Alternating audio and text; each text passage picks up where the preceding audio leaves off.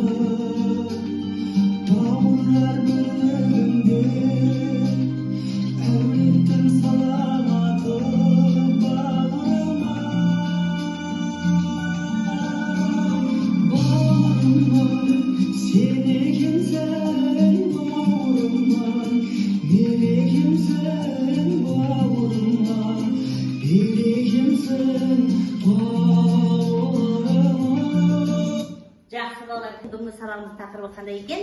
Кім айтады? Бауыр. Ендеше біздің бүгінгі өтетін тақырыбымыз Марат Қабанбайдың бауыр әңгімесі екен. Енді бүгінгі сабақта алдарында шаңырақ тұр. Не үшін шаңырақ қойдық? Өйткені бауырлар қайда өмір сүреді? Бір шаңырақ астында. Сол шаңырақта уықтар берілген, біз сол бойынша топқа бөліне алайық. Міне уықтардан ала қойыңдар. Сол уықтар бойынша топқа бөлінеміз. Бұл уық әрі топқа бөлінеміз, әрі біздің бағалауымыз болып табылады бүгінгі сабақта, иә? Бір-біреуден ғана аламыз, бір-біреуден ғана. Бір-біреу. Тойымыз бір-бірден. Енді қарайық, аға деген уқты алғандарыңыз аға тобына, бауыр деген уқты алғандарыңыз бауыр тобына, іні деген уқты алғандарыңыз іні тобына отырамыз. Отырып бүйтіп бағалап отырамыз, жазбасақ та болады, жазсақ та болады. Енді тұрғаннан кейін балалар, енді қарайық.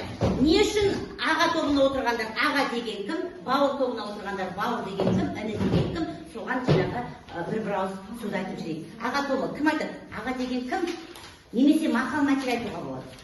Иә? Қане? Не үшін сіздер аға тобы болсыңдар? Аға тобы. Айтыңызшы, кім айтады? Жинат? Иә? Аға деген кім? Аға деген отбасындағы бауырлардың ағасы. Үлкені аға деп аталады. Жақсы, мақал мәтел ойластырып отырыңдар. Бауыр, қарақат. Бауыр деген сенен өзінен кішкентай, кенжесі болып табылады. Кенжесі болып табылады, немесе ағасынан кіші, ұлдардың кішісі бауыр деп аталады, Айша. Ол отбасының ең кішкентайы. Ең кішкентайы бауыр деуге болады. Жақсы, оған да келсек, әркім тұрқынды. Іні? Жақсы аға орман, жақсы іні қорған. Жақсы, іні дегеніміз кім? Іні дегеніміз үйдің кенжесі. Үйдің кенжесі, бауырдың ағасынан кішісін бір інісі деп атайды екен. Жақсы, мақал мәтелші кәне? Аға асқақтау, іні бауырдағы бұрық, қарындас құрақ.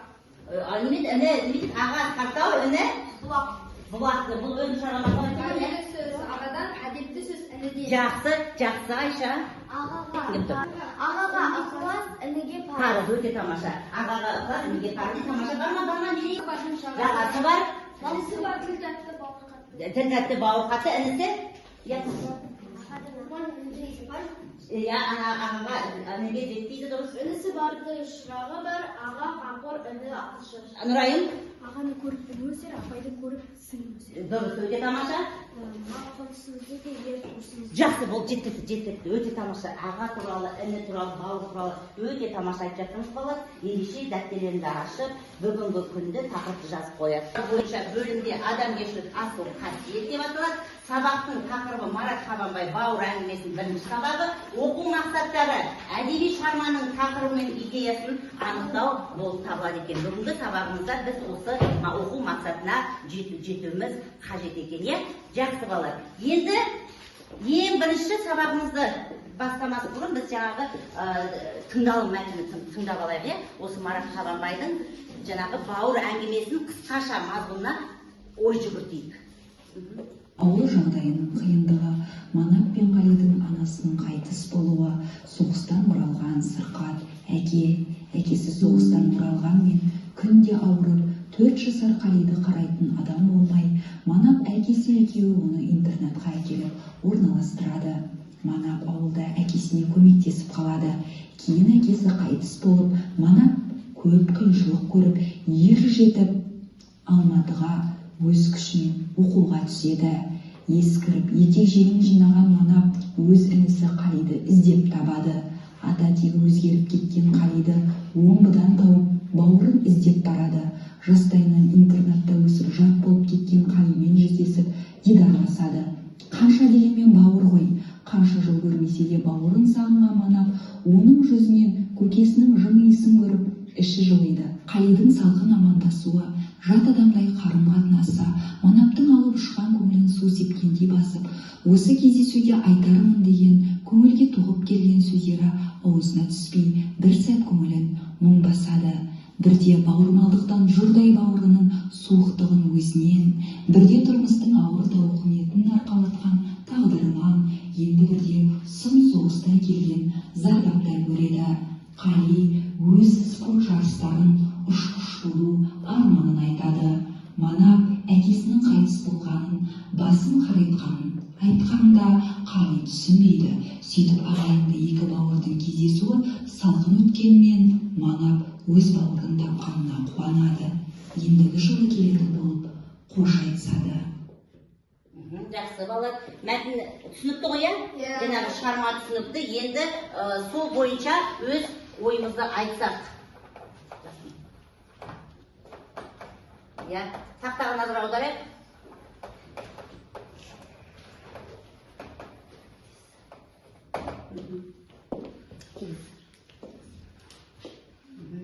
Ал енді мына тыңдалым мәтін бойынша не түсіндік, не оқыдық?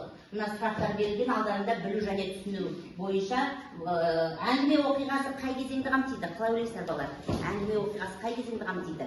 Бірінші Манап өз директордың кабинетіне қай кезеңді қамтиды дейміз? Қай уақыт мезгіл? Соғыс уақыт ма, соғыстан кейінгі мезгіл ма?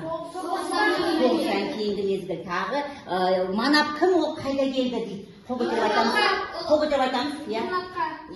Ол кім іздеп толық айтамыз? Қали інісін. Толық айтамыз дейді. Манап жаңағы интернатқа барып, Қали інісін іздеп келді. Іздеп келді. Дұрыс. Қандай мақсатпен келгенін айтты. Директор Манапты қалай қарсы алды? Иә? Кім айтады? Иә? Айта ғой, жақсы жылы қалыппен қарсы алды. Иә, жақсы. Қали мен Манаптың кездесуі қалай өтті? Олардың арасы суықпен өткенде Манап өзінің бауырын тапқанына қуанды. Тағы қосаларыңыз бір ма? Иә, қарақтар. Сол кезде Қали өзінің ағасын танығаннан кейін оған орысша жауап берді. Иә, орысша жауап берді дейміз. Жарайды, тағы қосаларыңыз бар ма? Тағы екеуінің кездесуі қалай болды? Тағы қосаларыңыз бар ма? Қали оны қалай қабылдады дейді? Иә? Қали оны қабылдады. Суық қабылдады. Итағата мазмұн, шығарманың мазмұнын айтсаңызшы осылар. Иә? Суық қабылдағаннан кейін оны танымай, ол орысша сөйлеп, как дела деп сұрады. Жақсы өзін деп, ол түсінбей, түсіністікпен қарап, солай жауап берді. Жақсы. Тағы Қалидің арманы қандай? Айша. Қали ағасы Қалидан сұрайды, не болғың келеді дейді. Не болғың келеді ме, кім болғың келеді? Кім болғың келеді деп сұрайды. Қали айтады, ұшқыш болғың келеді дейді. Манап, не үшін деп сұрайды. Қали айтады, өйткені осы интернатта тұратын балалардың бәрі ұшқыш болып жатыр деп. Балалардың барлығы ұшқыш болып жатыр ма? Бұл интернаттан қаншама ұшқыш ағаларымыз шыққан дейді. Олар жақын арада келіп кетті дейді. Сол кісілер сияқты мен де әскери ұшқыш болғым келеді дейді. Жақсы, тағы бетіне қосасың. Қали тағы да не қызықтар? Қали нені айналысады екен? Нені жақсы көреді екен? Спорт. Жақсы, ол спорттың қандай түрі? Бокспен айналысқан екен. Олар жануарларды жақсы көреді. Өте тамаша. Оның табиғатты жақсы көретін қай жермен айтады? Оларда интернатта көбінесе жәндіктер бар. Ол Қалидің өзінің жәндіктер өздерінің қарамағында сол жәндіктерге қамқор болып жүреді екен. Жақсы. Тағы қосалар бар ма? Жақсы. Келесі. Қали неліктен балалар үйіне берілген? Иә. Хат көрейміз. Себебі оның мамасы қылықтырмақ ауырмен ауырды, ал папасы соғыстан кейін басы ауырып, айтсада шығарады. Содан кейін манап оны балалар үйіне өткізді. Тағы да қосалар бар ма? Тағы да кім қосады? Иә. Нұрайым, иә, қарақат қосалар бар ма? Толықтырып жіберейік. Қали мен манаптың ең бірінші әкесі, анасы қайтыс болады. Одан кейін әкесі соғыстан келгеннен кейін басынан қатты жарақат алады. Сосын кейін ол больницаға екеуі Қалиді балалар үйіне өткізгеннен кейін әкесі қайтыс болған соң манап Алматыға оқуға барады. Иә, оқуға барады. Қалиді қарайтын Қалиді балалар үйіне өткізгенде Қали неше жаста? 4 жаста. Ал қазір Қали неше жаста? 10 жаста. Енді тағы айтамыз, біз әкеліп екінші әйел алып екінші ананы бізге тауып бере ма деп жүрсек, больницадан шықпай жүріп. Екі күннің бірінде қалай ауырады дейді, екі күннің бірінде давлениесі көтеріліп, күнде ауруханада жатады. Иә, әкесінің есімі Сымбат, иә. Және де айтады, сен маған балаларым ұрпақенді алып кет берші деп жылаймын. Иә, бұл кім Ералы не айтып тұр? Қалиді әкеп тастаған кезде Қали 4 жаста. Олардан қалғысы келмей, айырылғысы келмейді. Яғни манап ағасын қалай айтар екен? Мака деп атайды екен, иә? Сонда ол не деп алдап келеді? Мен сені кішкене деп алдап демін. Иә, бір дорба кәмпит әкеп берем деп, алдап жүріп, мені тастамашы, мені алып кетші деп жылайды екен, иә? Қали содан кейін манапқа күнде кәмпитті сен алып кеп берші деп жылайды. Иә, басқа ешкім әкелмесін, кәмпитті маған сен әкеп берші деп айтады екен, иә? Ал Қалидің жасы қазір нешеде? 15 жаста. Неше жыл болды арасында? 11 жыл салып, ағасы іздеп келді, иә? Ағасы іздеп келді.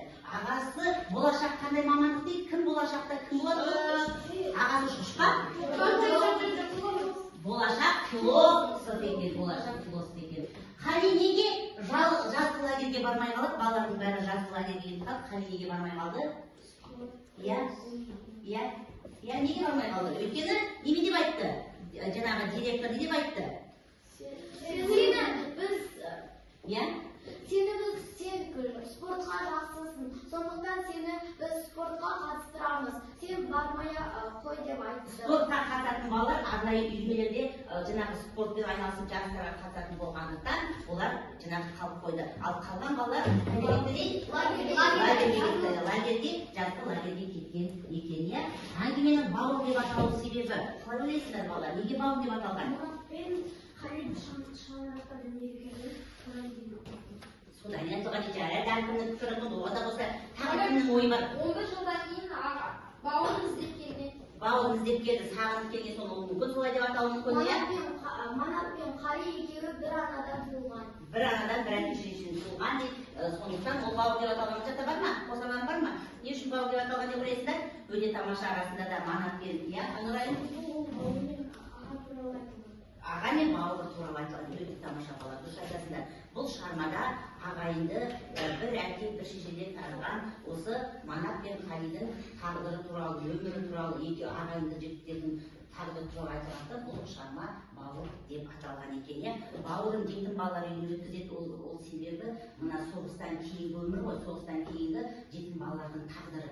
Қаншама баланың, мысалы әкесі соғыста қайтыс болған, майданда жүрген қаншама азаматтар сондайлардың балалары осы жетім балалар үйіне еріксіз әкеп беруге жаңағы сондай жағдайлар болған екен. Ол сондай еріксіз әкеп беруге мәжбүр болғандықтан осындай жағдайларға тап болады. Бірақ Манап өзі оқуға кетеді, оқуын бітіреді, үлкен азамат болып қызмет жасайды.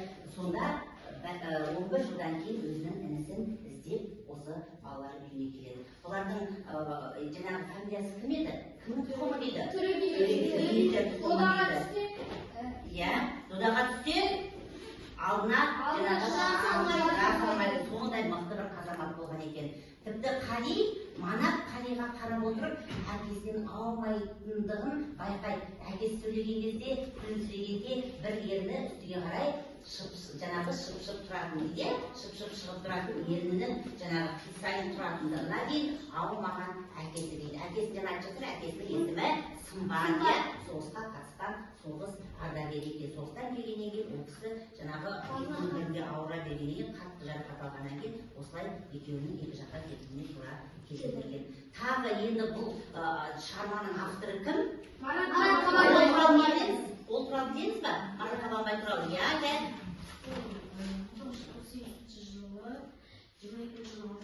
қайтара сөйлейді. Шығыс Қазақстан облысы Зайсан ауданы. Иә. Қараңғы ауылдан дүниеге келген. Жақсы. Қабанбай жайлы бала Марат деген оқыған. Ертегі емес қой, бала Марат жайлы деп келді, тауып келді, ол кісі қандай болыпты бала Марат? Білетіндердің айтуынша Марат жетілдік пен жоқшылықтың тауқыметін тартқан көрінеді.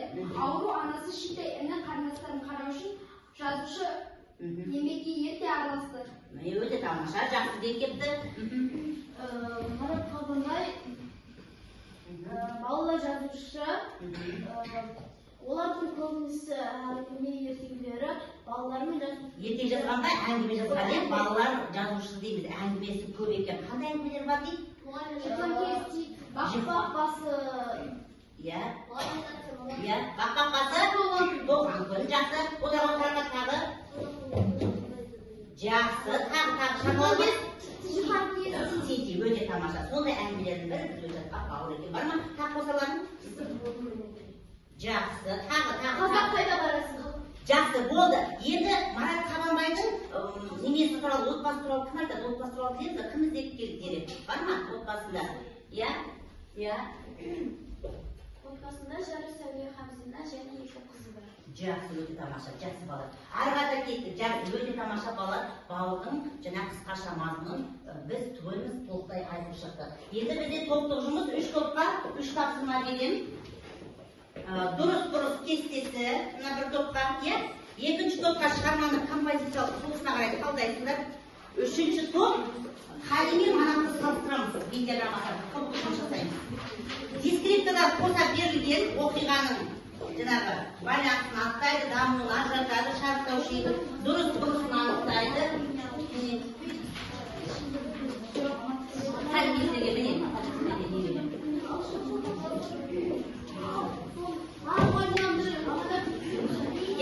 Жаңағы тез уақыт берген мынаны жақсырақ осындар болады.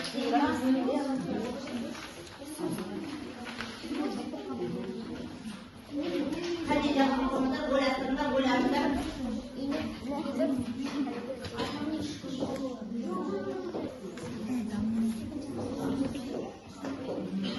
Ойланып тоқтап жауап берейік.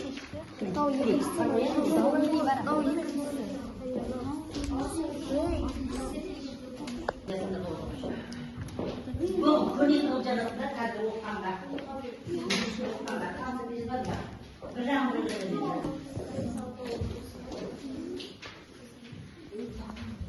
жақсы, қазір бір-бірімізді тыңдаймыз, бір-бірімізді бағалаймыз. Ақкөңіл. Иә, толықтырасыздар ау бір-бірлерін ба? Үш жақ рет қосуға шығайын, бірақ үш жақ реттен. Кел, қай топтан бастаймыз? Кел. Мына топтан бастаймыз, өте құрмы болды. Мұқиятындаймыз, бағалайсыздар қазір. Бағалап отырсыздар. Дұрыс айтқан. Қазір бір алып ешкім. Болды. Иә. Болды, тыңдайық.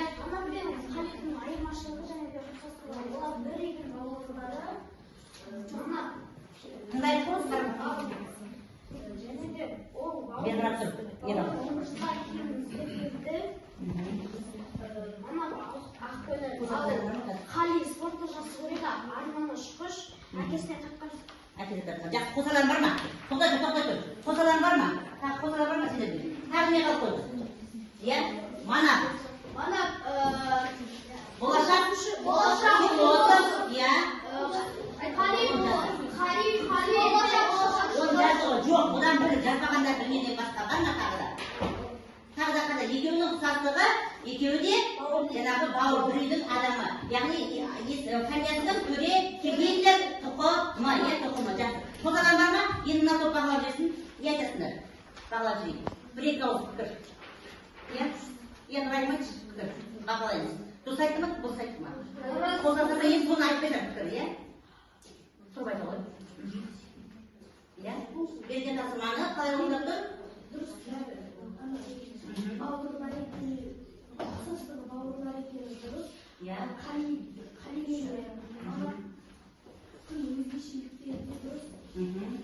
Жақсы отырады. Енді Қали, Манап Қалиға қандай сыйлық береді? Нешінші размер? Ол сыймайды неге? Қали 48 размер. Ол костюмді кімге береді? Жақсы, кет на топ шыға ғой. Енді сендер на топ бағалайсыңдар, мұқият тыңдап отырыңдар, Ералы. Шығарманы композициялық тұрғысынан талдау. Тыңдаймыз. Оқиғаның басталуы. Манаптың жетім балалар үйіне келіп Қалиді іздеуі. Оқиғаның дамуы. Қалидің жаттығуға асығуы. Оқиғаның шиеленісуі. Тәрбиеші Елизавета Сергеевнаның Манапты Қалиді кездесуге ертіп баруы. Оқиғаның шырықтау шегі. Қалидің ағасымен тіл табыса алмауы. Оқиғаның шешімі. Манаптың Волгаға отырып вокзалға кейін қайтуы. Волгаға отырып вокзалға кейін қайтуы. Қате бар ма? Оқиғаның дамуы мен оқиғаның шиеленісуге қатар. Дұрыс. Оқиғаның дамуы қалай болады? Оқиғаның дамуы тәрбиеші Елизавета Сергеевнаның сезілер бақары дұрыс айтасың. Ары қарай оқиғаның шиеленісуі? Жоқ, Қалидің жоқ. Шиеленіскеге жаттығуға асығуға болмайды. Иә? Дұрыс айтады. Қалидің ағасымен тіл табыса алмауы, шарықтау шегі, Қалидің жаттығуға асығуы, шешімі ең ақырында ағасы Волгаға отырып кейін қайтуы. Яғни тура осылай болып бір-екі қате бар екен. Кім бағалайды? Ал сендер бағалап жүріңдер. Тез бір-екі пікір. Иә, Ералы? Басын аяғында емес, шығарманың композициялық құрылысының кейбір бөлімдерін қате жіберіп алып, шарықтырып алып, оны түзетуге жақсы отыра ғой. Келесі келдер.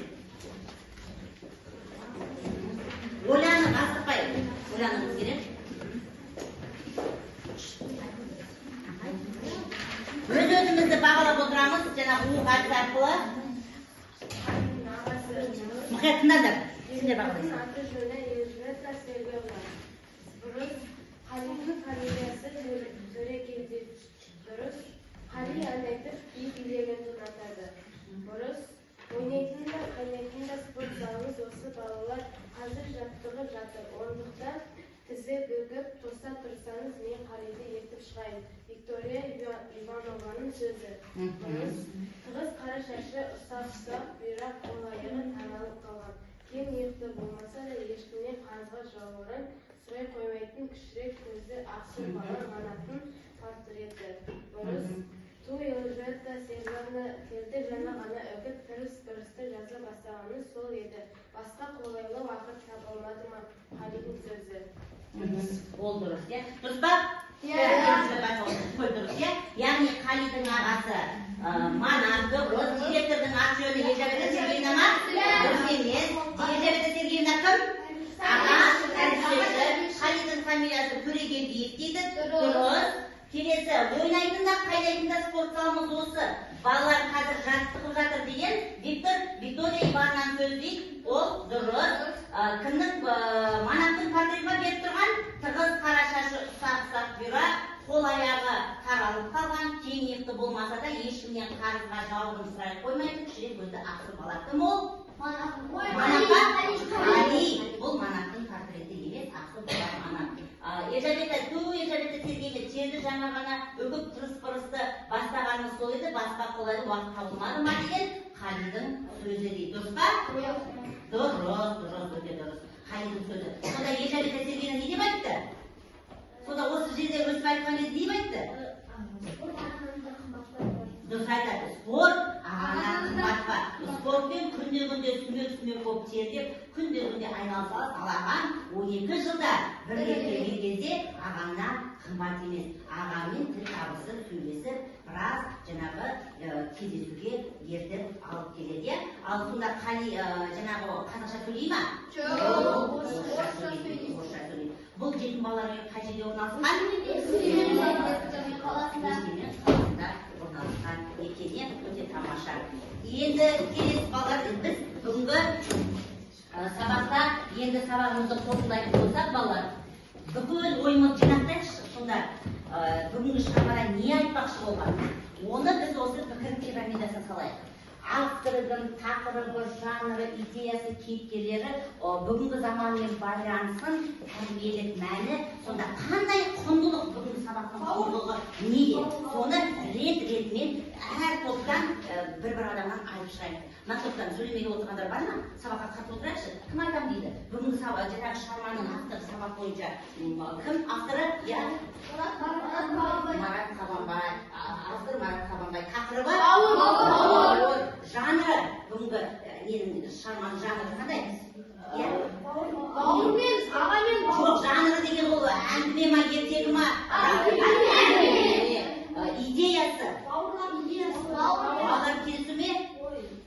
Идеясы дейді жатыр. Яғни ағаның ініге деген қамқорлығы, жаңағы жетімдерді не істеу керек? Жетімдерді жебей жүру керек, аялау керек деген дүниеде айтып көреді. Кейіпкерлер кім? Бүгінгі заманмен байланысына келейікші балалар. Бүгінгі заманмен байланысып тұрайықшы. Бүгінгі заманда сондай жетім балалар үйі бар ма? Не үшін қазіргі мына бейбіт заманда біздің аналарымыз жетім балалар үйін өткізіп жатыр? Не себепті деп ойлайсыздар? Осы туралы кішкене сыни оймен ой түйіп, соны өз пікірімізді білдірсек. Сондағы бүгінгі біздің мына бауыр әңгімесі арқылы автор қандай құндылықты көтеріп отыр? Біз құндылық деп айтып жатырмыз ғой. Сол қандай құндылық бұл шығарманың құндылығы? Бүгінгі сабақтың құндылығы. Соған тоқталайықшы. Кім айтады? Қазіргі бейбіт заманда, бұрынғы кезде соғыстың зардабынан еріксіз жетім балалар үйіне жаңағы өткізсе, ал қазір бейбіт заман ғой. Бейбітшіл заман. Не үшін жетім балалар үйі бар қазір? Не үшін жетім балалар үйіне біз өткізіп жатырмыз? Анасы, әкесі жоқ балалар осы жетім балалар үйінде тұрады. Тәрбиелеп жатыр, жарайды, оған әкесі жоқ балалар, анасы ауырып жатқанда балаларын алып кетеді. Кейбір аналар балаларын үйіне тастайды. Қазір шындық бұл бір теледидардан күнде ақпарат бейгенінен біз оқып жатамыз. Кейбір біз көкек аналар жатырмыз ғой, өзінің баласын, нәрестесін кез келген жерге мысалы тастап кетіп жатқан жағдайлар ол өтірік емес бар, яғни сол дұрыс емес қой. Ол яғни өз баласын торғай екеш торғайда өз баласын қорғайтындықтан өз перзентін далаға тастау ол көкек аналардың ғана қолынан келетін дүние. Ешбір адамзат баласы, анасы өзінің туған нәрестесін ешқашан далаға тастамаған. Қазақ халқының өзі жетімін жылатпаған, жесірін қаңғытпаған деген қазақта осындай сөз бар. Сондықтан жетім көрсең жебей жүр дейді. Біз керісінше оларға көмектесіп, олар қиыншылықта жатса, жаңағы қолымыздан келгенше, жүрегіміз алып қолымыздан келгенше көмектесіп, көмегімізді аямауымыз қажет. Оларға күлуге, оларды мүсіркеуге ешқашан болмайды. Оған ауыр тиеді. Оған ауыр тиеді, өте тамаша. Тағы пікіріңіз бар ма? Бізде балаларды жетімге қыстап кеткен үшін, қыстап кеткен себебі кейбір ата-аналар өздерінің балаларын қараусыз қалдырып, кейбір ата-ананың жағдайы жетпей, қаражаттары болмай жатса, осылай жетімдеріне қалдырады деп ойлайсыздар, қалдырады деп ойлайсыздар. Жарайды. Енді сонда бүгінгі шығарманың басты құндылығы неде? Қандай құндылық көтеріп отыр? Құндылық. Бізде неше түрлі құндылық бар, рухани құндылық, адамгершілік, отбасы құндылығы деп жатырмыз. Яғни отбасы құндылығы. Бір отбасында тату тәтті өмір сүріп жатқан адамдар, яғни інісі, бауыры, бір үйдің баласындай бір-біріне бауырмал болу керек, қайырымды болу керек, ізетті болу керек, ағаны үлкенді сыйлау керек, кішіге қамқор болу керек, ізет көрсету керек. Ата-ананың қадірін білу керек. Ата-ананың қадірін балалы болғанда білесіз, сондықтан ата-ананың қадірін біліп, бір отбасында ұядай үйіп, осы бір шаңырақтың астында кереметтей тату тәтті сүріп жатқан біздің отбасыларымызда бар. Бүгінгі жаңағы сабақтың өзінің құндылығы бізде жаңағы ең басты құндылық отбасы құндылығы екен. Адамда рухани құндылық, материалдық құндылық, жаңағы әртүрлі құндылық болу, соның үлкені осы отбасы құндылығы екен. Жақсы балалар, ендеше өзіміздің бауырымыз бар ма? Бауырымыз бар ма? Сендерде де бауыр бар ғой. Бауырларына қалай қарайсыңдар? Қамқорсыңдар ма? Біреудің қатынасы бар, біреудің бауыры бар, біреудің апайы бар. Кімнің бауыры бар? Қарындасы бар. Тамаша қарындасы аты? Аяр. Өте тамаша. Қарындасы бар аты? Еркеназ. Аты? Жанерке. Еңкекесі. Менде бір бауырым, екі сіңлім бар. Бауырым? Бауырымның аты Замбар, екі сіңлімнің аты біреуінікі Бағым, екіншісі Мейірім. Тамаша, өте тамаша. Емұрат? Бауырымның аты Есұлтан. Ерсұлтан. Жанали? Бауырымның қарындасы бар, Жақсы. Бір ағам бар, екі бауырым бар. Жақсы. Екі бауырымның аты Алишер мен Данияр. Өте тамаша. Өте тамаша. Көрдіңдер ме балалар? Сендер бауырларды айтқан кезде мәз болып, қуаныштан, жаңағы өте бір мейірімдікпен айтып жатсыңдар, иә? Бір апайым, бір сіңлім. Бір апайым, төрт сіңлім бар дейді. Тамаша. Жанали? Төрт бауырым бар. Төрт бауыр бар екен сенің? Екі бауырым. Екі бауырың бар, бір қарындасың бар. Бар ма бауырың? Бір апайым, бір ағам. Бар ма бауырың? Бір қарындасым. Өте тамаша, иә? Екі ағам, екі сіңлім. Екі сіңлім бар, екі ағам бар. Қарындас бала өте тамаша, иә?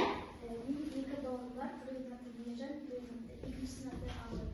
Мейіржан, Абылай. Қалай жақсы мінекей. Сендердің бауырларың бар екен. Сендер сияқты мына маңдақ сияқты бауырларыңды не істейсіңдер? Өте жақсы көру керек, иә? Өте жақсы көресіңдер, иә? Жақсы көрмейтін адам бар ма бауырың? Жоқ, жақсы көрмейтін адам жоқ екен. Өте тамаша. Ендеше балалар, бүгінгі сабақта өзімізді бағалап жейік. Өздері бағалап қойдың оқ арқылы. Өзіңе қанша ұпай қойдың? 9 ұпай. Өзіңе қанша ұпай қойдың? 9. Тамаша. Бүгінгі сабаққа белсенді қатысты, жалын, қымбат өте қатысты, Мерей. 10 қойдың ба? Өте тамаша. Өзін өте жоғары бағалап қойыпты, Мерей. 7 ұпай сен. 8 ұпай, Ералы. 9 өте тамаша. Мен де сендерге сондай ұпайға қатысесіңдер, қойып тұрмын. 7, 9, 8, 10 тамаша. Айнала бүгін сабаққа көп дұрыс қатыспады. Ұлжан? 8, 10. Ұлжан бүгін сабаққа өте белсенді қатыспай отырмыз. Аяла қатыспай отырмыз. Кім? Нұрайым? 10, 8, 10, 7, Жанали 7, 8, 8. Өте тамаша балалар. Бүгін сабаққа өте жақсы қатыстық. Тақырыпты толықтай меңгердік балалар. Өйткені сендердің жаңа сабақ айтқандарынан, тақырыпты талдағандарынан, шығарма талдағандарынан Марат Қабанбайдың бауыр әңгімесін толықтай меңгеріп шықтық деп ойлаймыз. Енді балалар сабақтың соңында осы бауырымызға байланысты бауыр деген әнді білсек, сол әнді барлығымыз бірігіп айтайық. Орындайық. Ал бір шумақ, бір қайырмасын ғана. Бауырым, қуат берген қанатымсың, сен менің жарқынымсың, жанатымсың. Сен барда неге гүл боп егілмеймін, сен барда неге жыр боп төгілмеймін. Бауырым ай, қанатым ай, сағынсам сені қайдан табамын ай.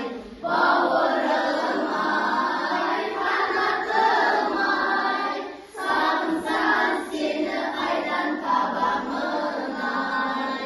Бауырсыз адам өмір сүре ала ма? Қанатсыз құс биікке ұша ала ма? Бауырлар жаз күнінде ойнады күн, бұл өмір басымыздан өткені тұр. Бауырым ай, қанатым ай, сағынсам сені қайдан табамын ай. Бауырым ай, қанатым ай, сағынсам сені қайдан табамын ай. Жақсы балалар. Абай атамыз өзі айтқан ғой, адамзаттың бәрін сүй, бауырым деп, бір-бірімізді отырға түрегеліп, бір-бірімізді құшақтайық. Көріңіз, бауырымыз ғой бір-бірімізге, кәне, бір-бірімізді, жалын. Әне осылай құшақтай отыр. Әне, иә, бауырлар деген бір жаңағы сыныпта оқығаннан кейін бір отбасы сияқтысындар, өмір жасқа дейін. Сондықтан бір-бірімізді бауырым деп, қарындасым деп, інім деп, жаңағы сіңілім деп сыйлап жүруіміз керек, иә? Сыйластық қайдан басталады? Сыйластық осы кішкентайдан, мектептен, отбасынан, ошақ қасынан басталады екен. Барлықтарыңды, бауырларыңды жақсы көруге, бір-бірлеріңді сыйлауға, бір-бірлеріңді құрметтеуге шақырамын. Ендеше жаңағы үй тапсырмасын жазбаңдар балалар. Бүгінгі сабақтың соңында үйге беретін тапсырмам бауыр деген сүйенішің, тірегің деген тақырыпта есте жазып келеміз. Жазбаңдар, күнделіктерді ашып.